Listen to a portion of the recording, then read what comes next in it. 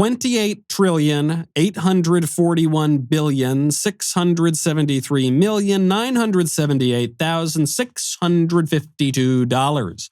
That is the national debt of the United States. Democrats want to add a lot more money even to that colossal number. And the fight over raising the U.S. debt ceiling is the epicenter of what's going on in Washington right now. President Joe Biden demanding that Republican senators get out of the way, that they use this opportunity to push through the most radical aspects of their agenda, and using the debt ceiling crisis to do it. What happens if the United States defaults on its debt? It's never happened before. We have no idea what will happen now. Washington playing with fire. This is Verdict with Ted Cruz.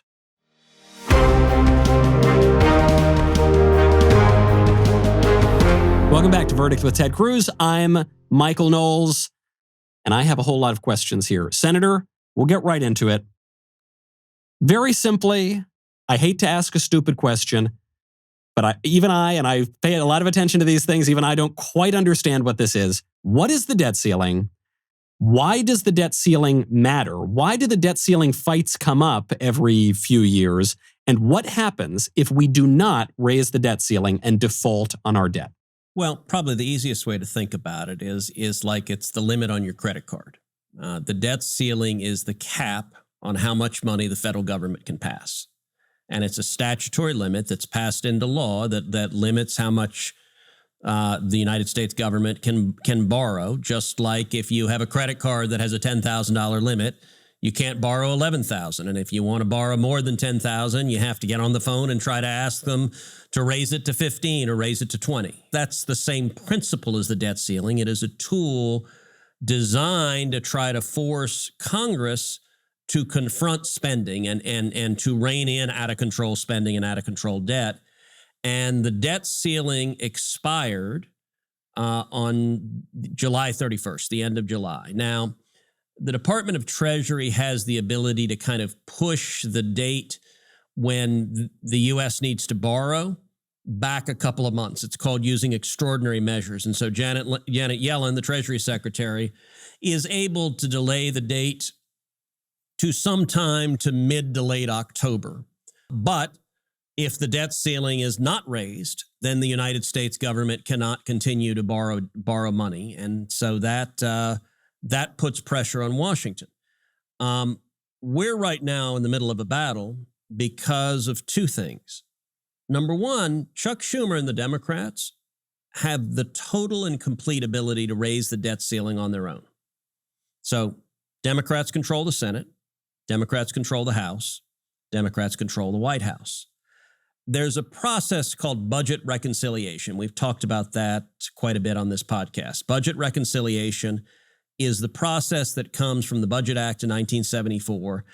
The part that is really relevant and that comes up with some regularity is it is the major exception to the filibuster. So ordinarily, to move to proceed to legislation in the Senate takes 60 votes.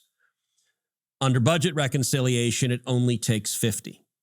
And so Schumer and Pelosi and Biden, because they have control of all the elected branches of government, have the ability with just Democratic votes to raise the debt ceiling. And they could have done it a week ago. They could have done it a month ago. They could have done it 3 months ago.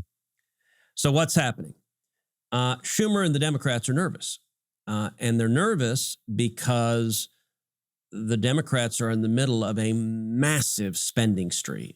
I mean, it is reckless. It is the biggest spending spree since World War II. It is massive. And in the face of that,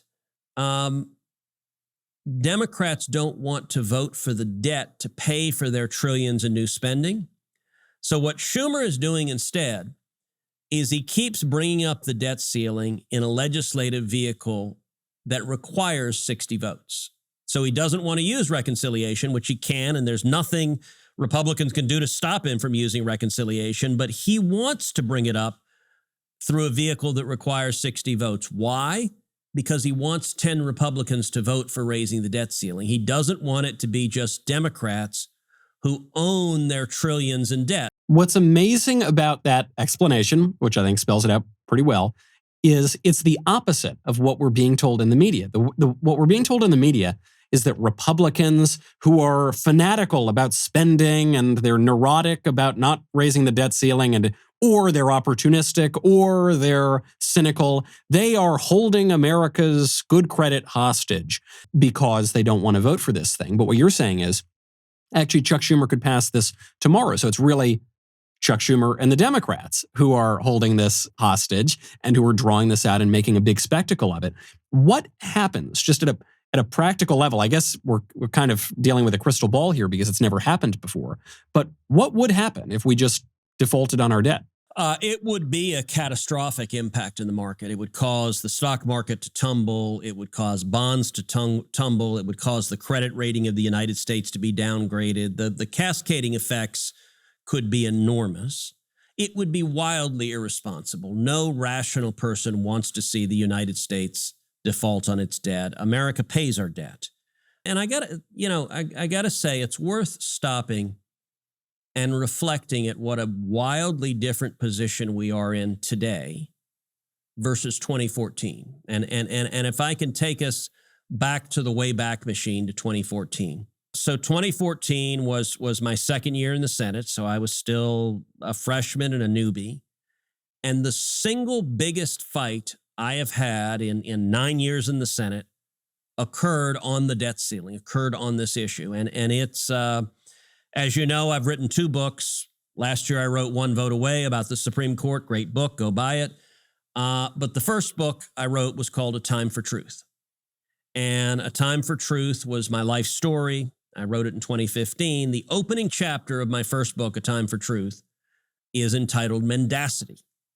And it is the inside story of the debt ceiling fight.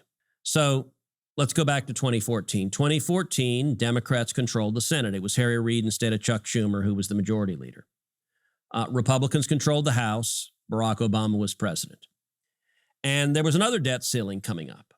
We were going to our Senate Republican lunch, and every Tuesday, Wednesday, Thursday, all the Senate Republicans, we have lunch together.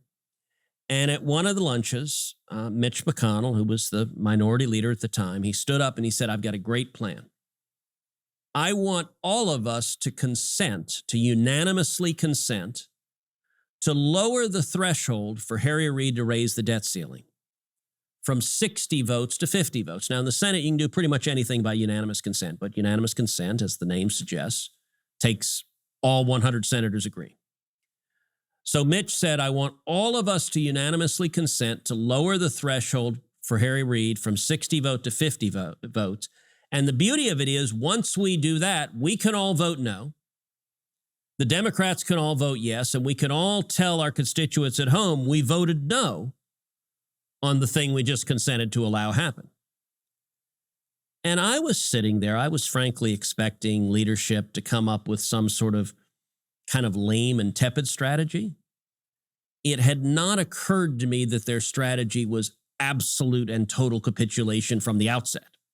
And so I sat there in the room and I just raised my hand and I said, Mitch, you need to understand, there is no universe in which I will consent to lowering the threshold for Harry Reid and Barack Obama to raise our debt from 60 votes to 50 votes. I was elected by the people of Texas, promising to do everything humanly possible to stop the out-of-control spending and debt that is bankrupting our kids and grandkids, and I'm not willing to do it. Michael, there is nothing I've done in my entire time in the Senate that has generated more rage, more fury, more red-faced senators yelling and cursing at me than that simple act of objecting. It was much worse, by the way, than the Obamacare. It was much worse than the Obamacare filibuster. So leadership was mad that I had spent 21 hours filibustering Obamacare the previous years. They were mad about that. But when I objected to their scheme to raise the debt ceiling, the fury it caused was massive. It's fascinating how much things have changed from 2014 to now.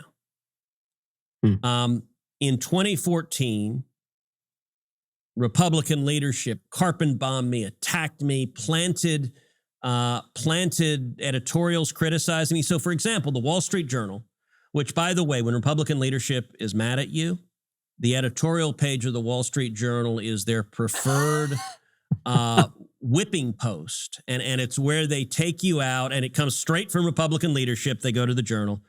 The Journal wrote an editorial entitled Minority Maker.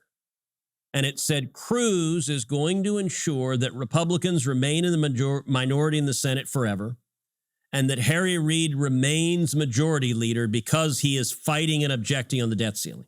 Now, I point out they wrote that in 2014, and just a few months later, we had the elections in 2014. And, you know, Michael, in the Old Testament, if someone came forward and said they were a prophet, the Old Testament actually discussed what you should do. You should ask them to make short-term prophecies, short-term predictions, and see if they come true. Well, the Journal's prediction that I was going to make Republicans a permanent majority, it turned out not just a little bit wrong, but categorically wrong. And in November of 2014, we won 9 Senate seats. We retired Harry Reid as majority leader, and we won the biggest majority in the House of Representatives since 1928. And so, miraculously, standing and fighting also wins elections. The voters like it when Republicans don't roll over and surrender to the Democrats. Well, this, I think, is what really relates to what's going on right now today, because politically, I came of age during that era, from 2010 to 2014, the Tea Party movement. Your election actually was Michael, a big... you've politically come of age? I'm still coming of age, actually. You know, I can't wait to get a little hair on my face. I thought this was like a teen drama. Well, I remember, even when I was fresher and facer at the time, I remember every Republican, every conservative who was worth his salt was focused on the debt, on deficit spending, on this idea that the inheritance we're leaving to our kids is debt. I mean, what kind of a country does that? What kind of a generation does that? That we're actually going to be responsible. We're going to get our own house in order. We're going to enact these principles that we all like to talk about. And then your story here, I think, is very important. What happened is the Republican leadership in those back rooms just said, yeah, that was all bunk. We're not going to follow any of that. We're just going to make it easier. That was just a way to win elections. And now, when we're focusing on this debt fight, it seems to me that many Republicans and conservatives don't really care anymore. I mean, that focus from 10 years ago, it seems to have moved on to other issues. And I wonder if it's because we just got burned during the Tea Party and nothing really changed. Well, look, I'd say a couple of things. Number one, if you go back to the 2014 fight, it's important to note what I was fighting for at the time. And I was not fighting for never raising the debt ceiling. I've never been someone who promises I will never raise the debt ceiling. We've got, typically the figure is about 40% of what the government spends is borrowed money. So unless you're prepared to instantaneously cut government spending by 40%, that's not a reasonable position to say we will never raise the debt ceiling. My position in 2014, my position today, is that I'm not willing to support raising the debt ceiling unless it is accompanied by meaningful structural reforms that address spending and rein in the out-of-control spending. In 2014, the case I made to the conference is I said, look, if you look historically, the debt ceiling has been the lever point where we actually get spending constraints. So at the time, these figures are a little bit out of date because they're 2014 figures, but at the time of the last 52 times Congress had raised the debt ceiling, so this comes up a lot, 27 of those times, Congress had attached meaningful spending reforms to the debt ceiling. So, for example, the Budget Control Act in 2010, which made major progress reining in out-of-control spending, that came through a debt ceiling fight. Gramm-Rudman, probably the most significant spending restraint legislation enacted in the law in modern times, came through a debt ceiling fight. So it is possible to make progress on spending by using the debt ceiling as leverage. And so what I argued in 2014 is let's not let this lever point go. Let's use it to actually honor our promises to the voters. Some of the differences, number one, I think Republican leadership has learned, unlike in 2014, they thought I was bluffing. At this point, they don't think I'm bluffing anymore. So nobody asked this time, Ted, will you consent to lower the thresholds? Reporters asked. They ran up and said, hey, Cruz, are you going to object to lowering the threshold? I was like, yeah, of course. But what was interesting is when people learn you don't bluff, nobody in the conference thought I would possibly not object. They're just like, yeah, okay, Ted will object to that. So that option ain't going to work. So leadership didn't even try it. A second difference, and this is an important difference, is unlike in 2014 when we had a Republican House, now they've got a Democratic House. So now they can raise the debt ceiling on their own without us. We can't stop them. I wish we could, but we can't stop them. There does seem to be a lot of turmoil within the Democratic conference. I mean, I guess this is a slightly related matter, but in a very different context. Kyrsten Sinema, one of two semi-moderate Democrats in the Senate, is being accosted everywhere she goes. She's being accosted on airplanes. She was accosted in the bathroom by an illegal alien screaming at her to push for a mass amnesty. This is we always lament civility breaking down, and that sometimes it's exaggerated and sometimes it's real. But this seems to be crossing a line when you follow female senators into the bathroom and start screaming at them. By the way, as a foreign national, demanding that you give legal status to millions of people. No, look, that is exactly right. And the degree to which Kyrsten Sinema and Joe Manchin are being harassed.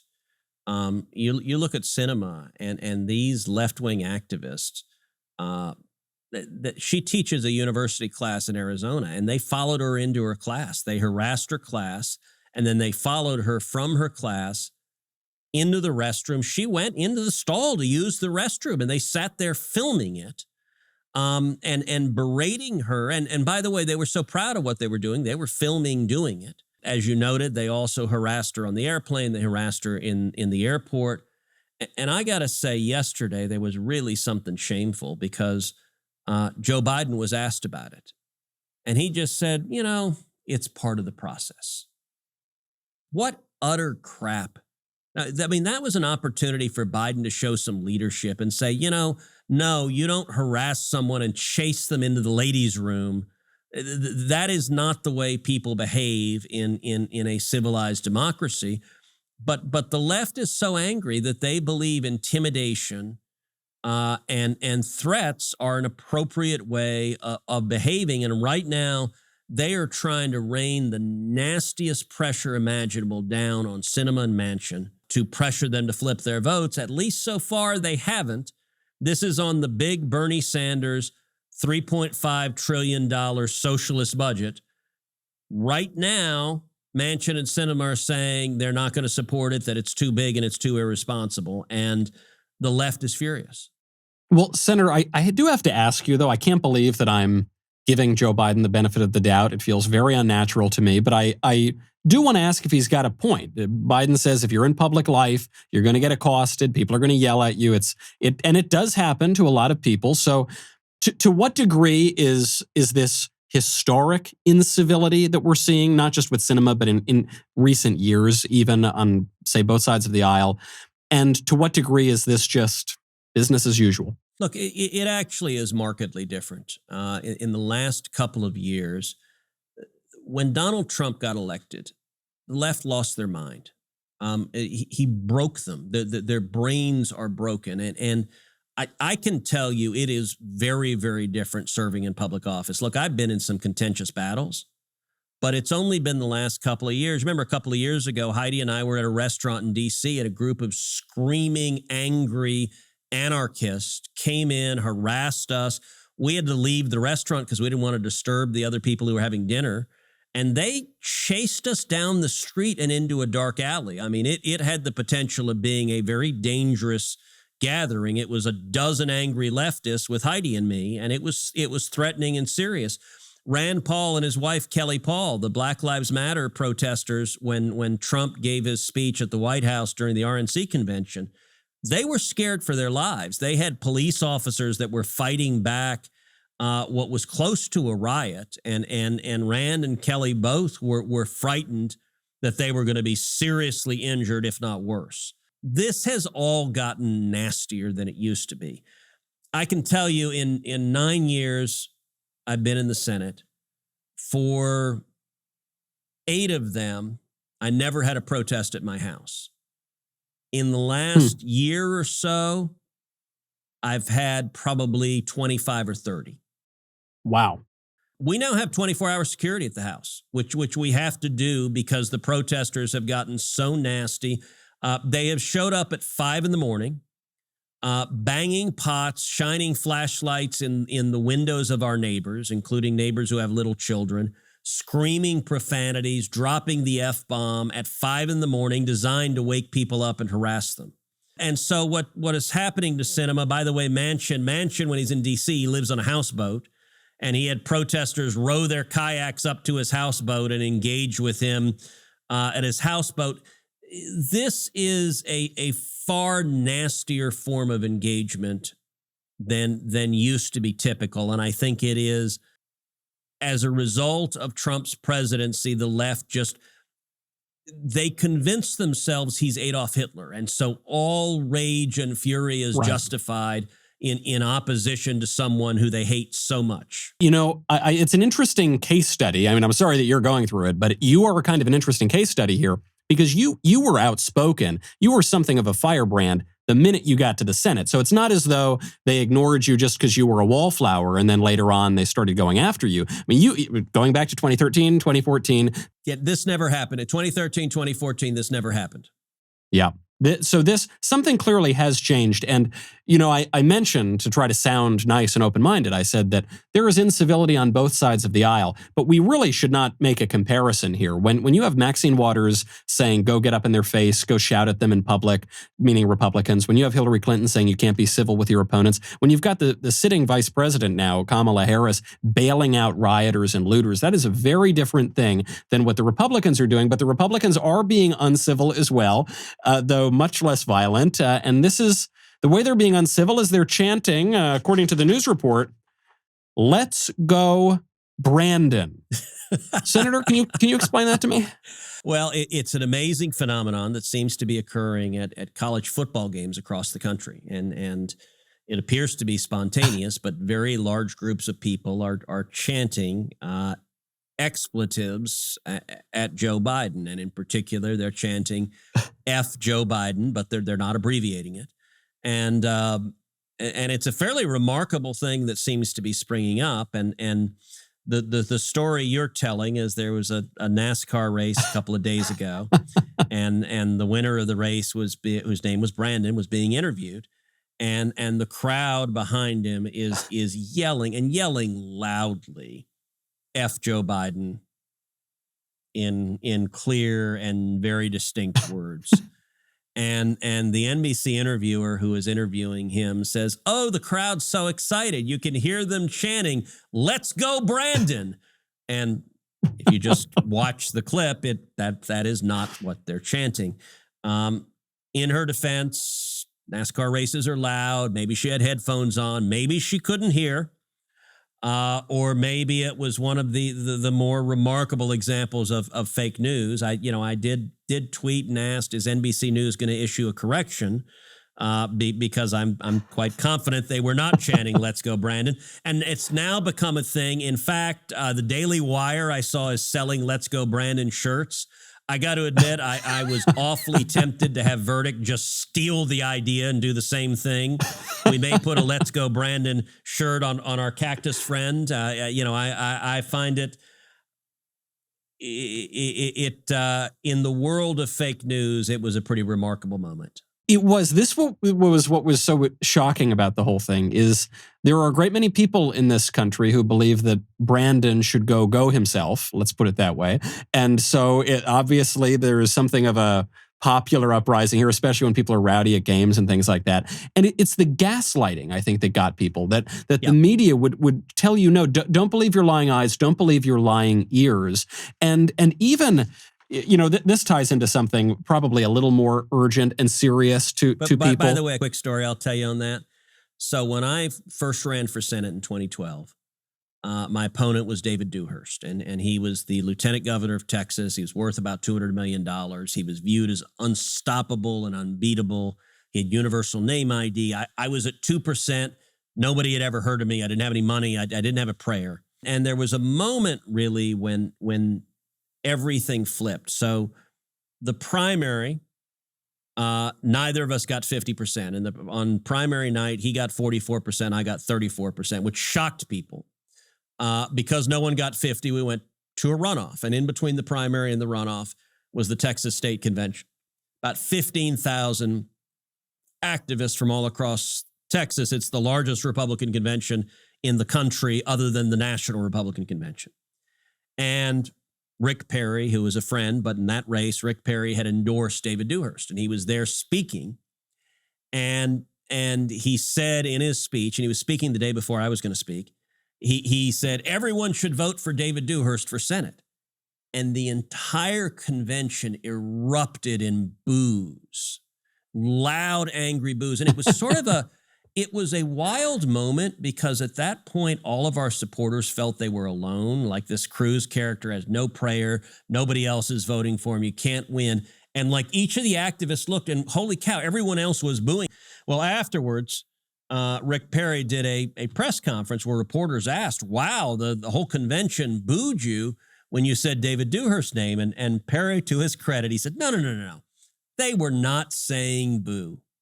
They were saying do, as in Dewhurst.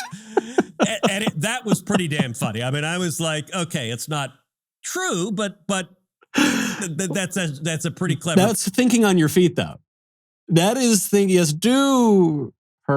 Yes. Well, you do see this phenomenon, and sometimes it's to express their anger at Brandon or Joe Biden, depending on your interpretation. Sometimes it's at a political convention, and sometimes it's bubbling up from the way that the government is actually working. And this is something you've been seeing for months and months now, specifically with regard to critical race theory and gender theory in schools. Parents are showing up to their school boards and they're pushing back on these policies. And they're saying, no, get this nonsense out of the classroom. This is harming my child's education. We don't want any part of it. So there have been many protest movements in the history of the United States going back a very, very long time.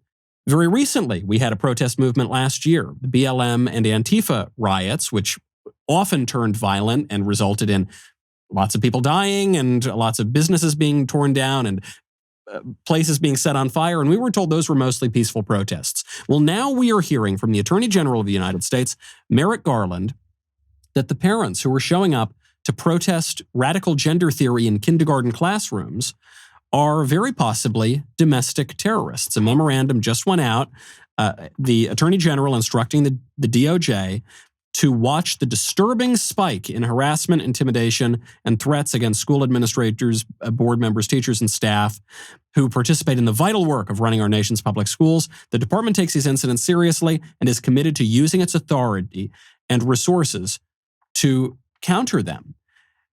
Are we now at the point where we believe that people throwing Molotov cocktails at federal buildings last year in 2020, they're mostly peaceful protesters, but parents protesting radicalism in their kids' schools, they're the domestic terrorists? I wish you were exaggerating, but the statement you just made on its face is so utterly ludicrous, and it's also true. Merrick Garland, who's the Attorney General, he was a Court of Appeals judge for 20 some odd years. As you'll recall, he was who Barack Obama had nominated to the Supreme Court to replace Scalia, but he didn't get that vacancy because we didn't take it up because it was the presidential election year and Republicans controlled the Senate, and we said the voters are going to decide who fills this seat. Merrick Garland is now Attorney General. At his confirmation hearing, I asked Garland, he actually had a reputation as a Court of Appeals judge for being relatively fair and impartial. He was not viewed as a hard partisan when he was a judge. And I cross-examined Garland at his confirmation hearing, and I said, look, under Barack Obama, the Department of Justice was politicized and it was weaponized. It was turned into a weapon to target people that were perceived to be the political enemies of the White House. And that includes the IRS that went after Tea Party groups, went after pro-life groups, went after pro-Israel groups. That includes the intelligence community and the FBI that went so far as wiretapping the Donald Trump campaign and sending in people wearing wires to record them.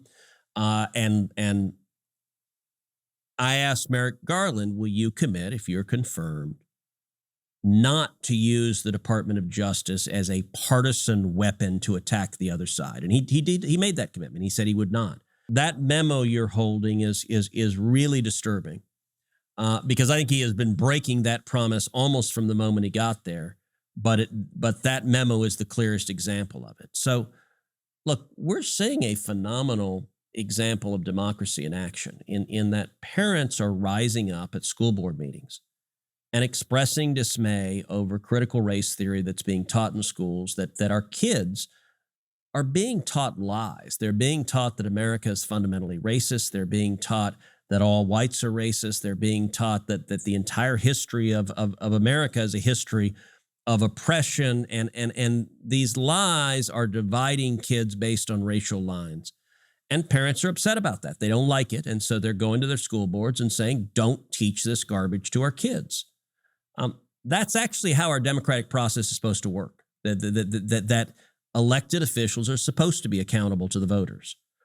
The left doesn't like accountability. They like to be insulated. They're perfectly happy to harass people they don't like, but they themselves don't like to be held accountable. But now the Department of Justice, Merrick Garland, is saying they're going to treat a parent going to a school board meeting as a terrorist and a threat, and they're going to go after them, and they're going to persecute them.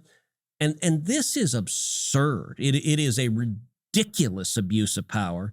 And listen, you pointed out last year the BLM and Antifa riots, they burned storefront after storefront. They robbed, they looted, they murdered police officers. And yet the Department of Justice treated it as isolated issues. Look, they were firebombing a federal courthouse night after night after night. And yet the Department of Justice, this DOJ under Merrick Garland treats it as just, oh, isn't that nice that they're literally throwing Molotov cocktails. This is sad that the Democrats, look, COVID has really revealed this as well. Democrats are authoritarians. You want to know the basic difference between liberals and conservatives? Liberals are comfortable using the coercive power of government to force you to comply, to force you to obey. Whereas conservatives believe in liberty, believe in individual choice. You can say what you want. Even if it is dumbass stuff, you can say it. On religion, you can believe what you want. Even if it's dumbass stuff, you can go worship a golden calf in your backyard if you want to. We believe in individual choice. On vaccines, look, you and I have talked about vaccines. I believe in vaccines. I've taken the vaccine. My family's taken the vaccine. But individual choice means it's up to you whether you get a medical procedure, whether you take a vaccine. Gavin Newsom is ordering every school child in California to get the vaccine. That is horrific. It is a violation of medical privacy and autonomy to do that, and the left doesn't care. And so when it comes to parents protesting the radical Marxist theories being taught to their kids, the Department of Justice will come in and threaten, Mom, at the PTA meeting, we're going to put you in handcuffs. Holy crap, that is offensive. This is the irony, is that the left is all for liberation and expression, and dissent is patriotic and protesting when it suits their interests. But then, of course, the moment that a concerned parent says, actually, I don't think little Johnny should be told that white people are evil and that America's a rotten place and that boys can become little girls, and maybe we should just stick to the reading, writing, and arithmetic. Maybe we should stick to the basic building blocks of education. They are labeled as domestic terrorists. And what is so dismaying to me is, as you said, and as you made clear during his confirmation hearings, Merrick Garland was the moderate one. He's supposed to be one of the most moderate people in the entire administration. So that is a great fear. And actually, something else that you touched on here is democracy in action. Who sets these kinds of standards? Who decides these things? What is our public square? What does it look like? We only have a very... And let me make a brief point on that, Michael. Let me make actually 2 points on that. Number one, some of the sort of Twitter lefties have said, "Oh, well, this is threats. Let me be clear. Nobody has a right to threaten anyone. Nobody has a right to carry out violence. And if you have someone who makes a threat of violence or carries out violence against a school board member, even if they're some nutty lefty, if you have violence against someone, they should be prosecuted and sent to jail. That violence is not acceptable. Secondly, look, I going back to the point about, harassing Kirsten Sinema in the ladies' room, the parents are doing this at school board meetings that are designed to be a forum for parents to be able to express their views. They're not going to the homes of the school board meetings. They're not going into the bathroom with them. They're going to a public forum. And I am all for, listen, I mean, I've done hundreds of town halls. I've had people come and disagree with me, and I'm perfectly fine to get in a robust discussion in a forum that is appropriate for that. I'll tell you one time, it's kind of fun. I don't know, 2014, 2015. I was actually part of a protest at the White House against the Obama-Iran nuclear deal. And there were protesters from Code Pink that showed up. Code Pink, the sort of lefty group, they were there screaming and yelling, and they were angry. And I actually stopped and I said, all right, look, the First Amendment gives you a right to speak. It gives me a right to speak, but it doesn't give either one of us a right to shout the other down and prevent people from hearing what we have to say. So I said, I'll tell you what, pick someone from your group. You tell me who, pick whoever it is, come on up here, and I'm going to hand you this microphone. And I'm going to let you tell this crowd why you think the Iran deal is a good deal. Now, I'm going to give you a response, and you may not like my response. And so they selected Medea Benjamin, who's one of the founders of Code Pink. She came up there, and I said, now look, if I give her this microphone, you guys don't get to be disruptive and scream and yell and shout everyone down. And we proceeded to have, I think it was a 15 or 20-minute debate on the merits of the Iran deal. It was all televised. If you go online, you can Google it and watch me debating the head of Code Pink on the Iran deal. That's democracy in action too. So I'm not saying that, but there's a difference between that and following someone into the bathroom while they're trying to use the facilities.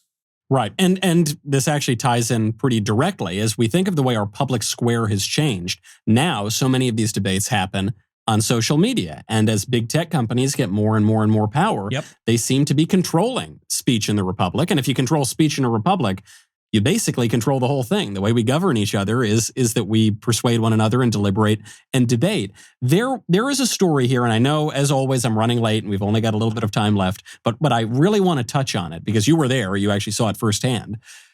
There was a Facebook quote-unquote whistleblower. This is a woman who is calling out what she seems to think are the most nefarious activities and operations at Facebook. But what's strange here, and what has me feeling a little weird about the story is, typically whistleblowers against entrenched powers are sort of quieted by those powers. They're not promoted. They're suppressed. They're pushed to the side. And yet this whistleblower is being lauded in the media by established Democrats, by other people in what you might call the ruling class. So what is going on here? A lot of conservatives don't like what Facebook is doing when they suppress our speech. But what is the angle coming out here from this whistleblower?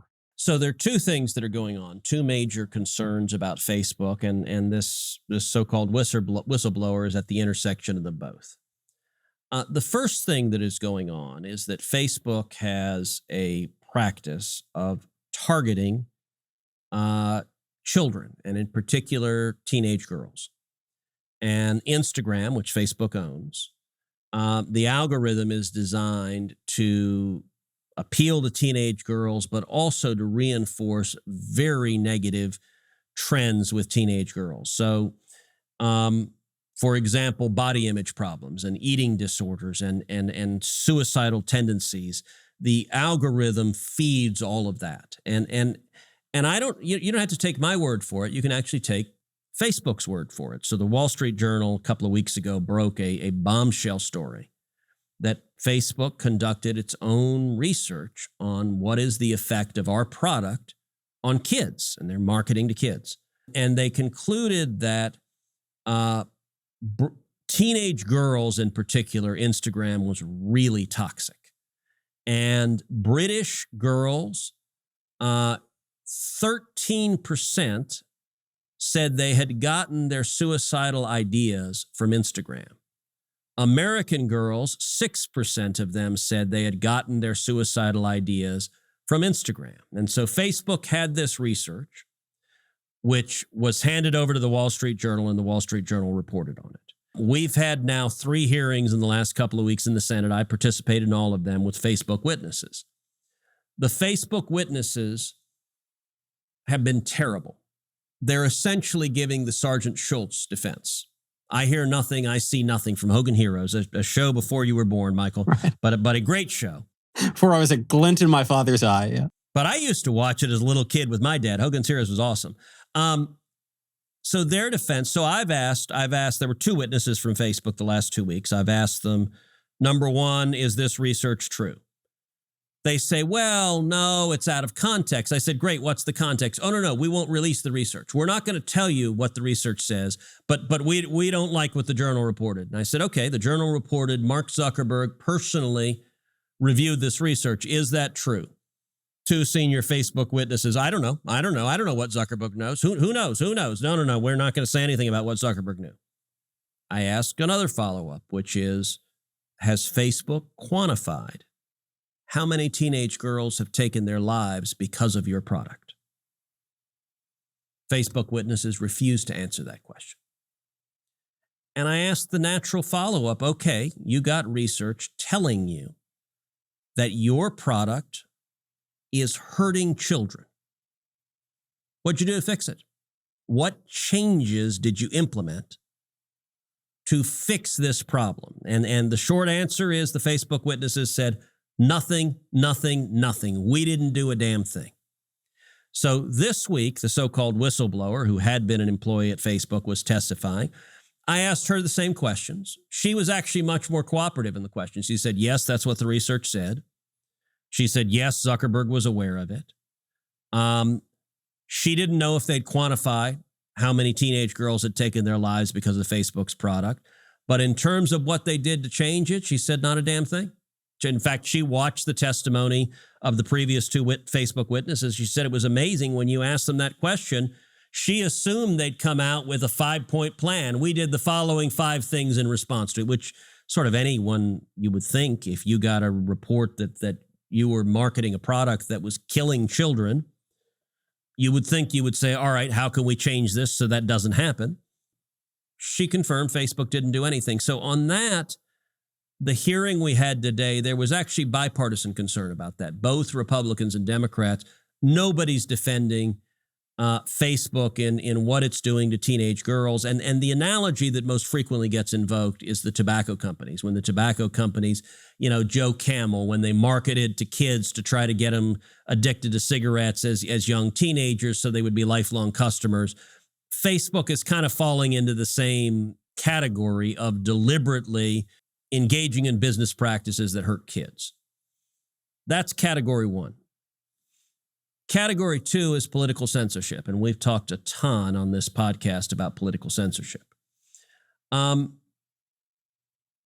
category 2, there is a yawning divide between Democrats and Republicans in Congress. Most, if not all, Republicans in Congress are very worried about political censorship, about Silicon Valley billionaires silencing conservative views they disagree with. Most congressional Democrats, not only are they not worried about it, not only do many of them deny that it exists or that it happens, their position is, we want more of it. We want more censorship. Silence every, quote, extremist voice, and that's their code word. When you hear liberals using the word extremist, what they mean is you. That's us. What they mean is any conservative. What they mean is any libertarian. What they mean is Donald Trump. What they mean is anyone who voted for Donald Trump. What they mean is anyone who's pro-life.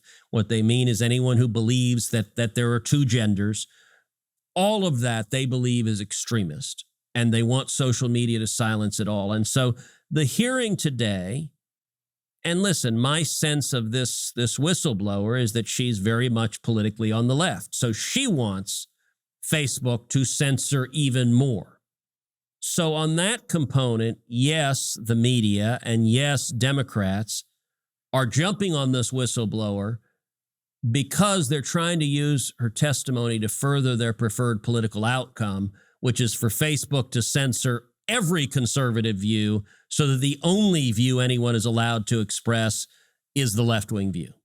Another bait and switch. Another, if you focus on the legitimate problems at Facebook, which we would all acknowledge, and use that as a way to push through even more censorship of conservatives. You're seeing this happen a lot around the country right now, and a lot around Washington. There is one place where you will not be censored. That is on the Verdict Live Fall Tour. We are coming to schools, hopefully near you. We're going to University of Wisconsin-Madison on the 13th of this month. So just next week, we are going to Texas. We're going to Texas A&M on the 14th.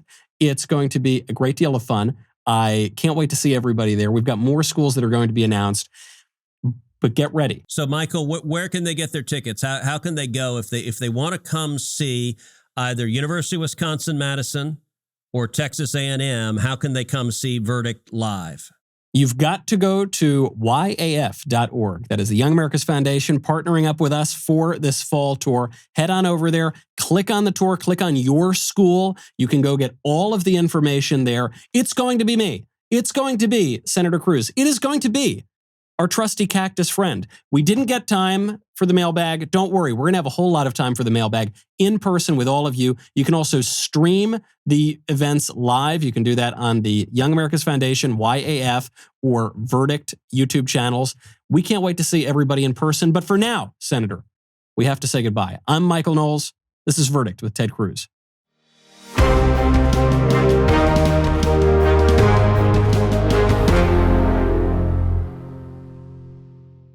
This episode of Verdict with Ted Cruz is being brought to you by Jobs, Freedom, and Security PAC, a political action committee dedicated to supporting conservative causes, organizations, and candidates across the country. In 2022, Jobs, Freedom, and Security PAC plans to donate to conservative candidates running for Congress and help the Republican Party across the nation.